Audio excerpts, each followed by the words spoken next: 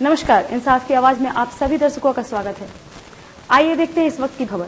जमशेदपुर के साक्षी गोल चक्कर पर नए कृषि कानून के विरोध में झारखंड मुक्ति मोर्चा के द्वारा 1 दिवसीय उपवास सह धरना दिया गया, जिसमें कई गुरुद्वारा कमेटी ने भी अपना समर्थन दिया।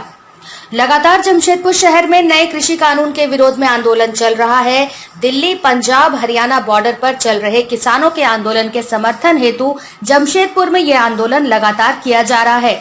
झारखंड मुक्ति मोर्चा के द्वारा भी आंदोलन में भरपूर सहयोग करते हुए 1 दिवसीय उपवास सह धरना दिया गया। झारखंड मुक्ति मोर्चा के नेताओं के अनुसार नया कृषि कानून सिर्फ और सिर्फ कॉरपोरेट घरानों को फायदा पहुंचाने हेतु बनाया गया है और किसानों की जमीनों को छीनने पर केंद्र सरकार उतारू है, जिसका विरोध देश भर में किया जा रहा है और जब तक इस कानून को वापस नहीं लिया जाता तब तक यह आंदोलन जारी रहेगा। देखिए, ये अहंकार की सरकार है। भारत में मजदूरों और किसानों के विरोध की सरकार है। पहली बार हम लोग ऐसा देख रहे हैं इस देश के अंदर में, जहां की सिर्फ अडानी और अंबानी का विकास हुआ है, पूरे भारत का विनाश हुआ है।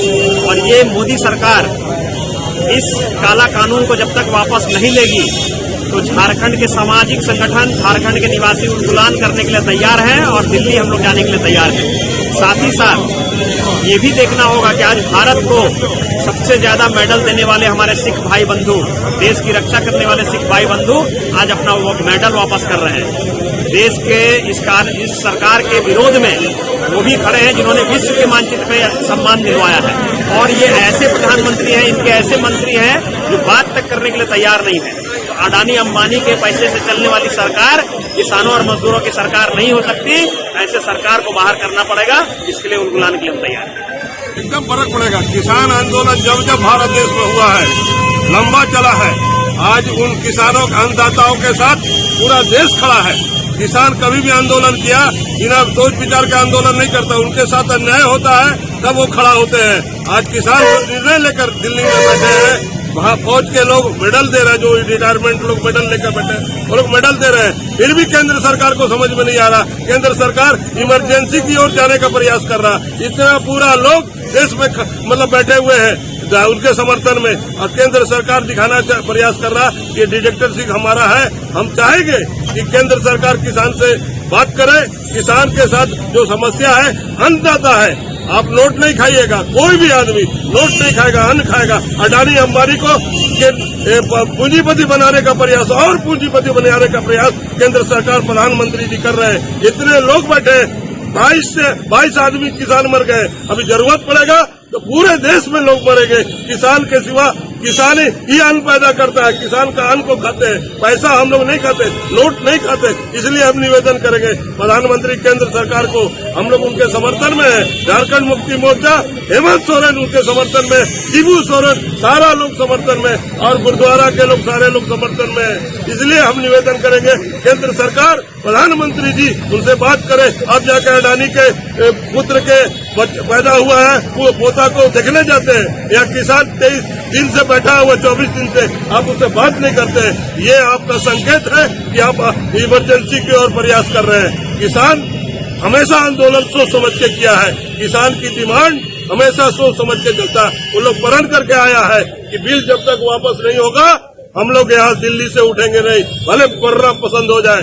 हम लोग नोट नहीं खाते, अन्न खाते हैं। नोट घर में रखा रह जाएगा, लेकिन अन्न नहीं जब पैदा करेगा लोग भूखे तड़पेंगे।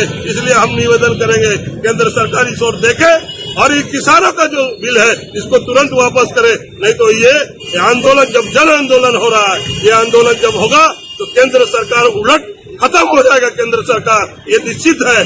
किसान के सामने किसी का नहीं चलता, छात्र के सामने किसी का नहीं चलता। ये दमनकारी जो आप अपना रहे हैं ये नहीं चलेगा।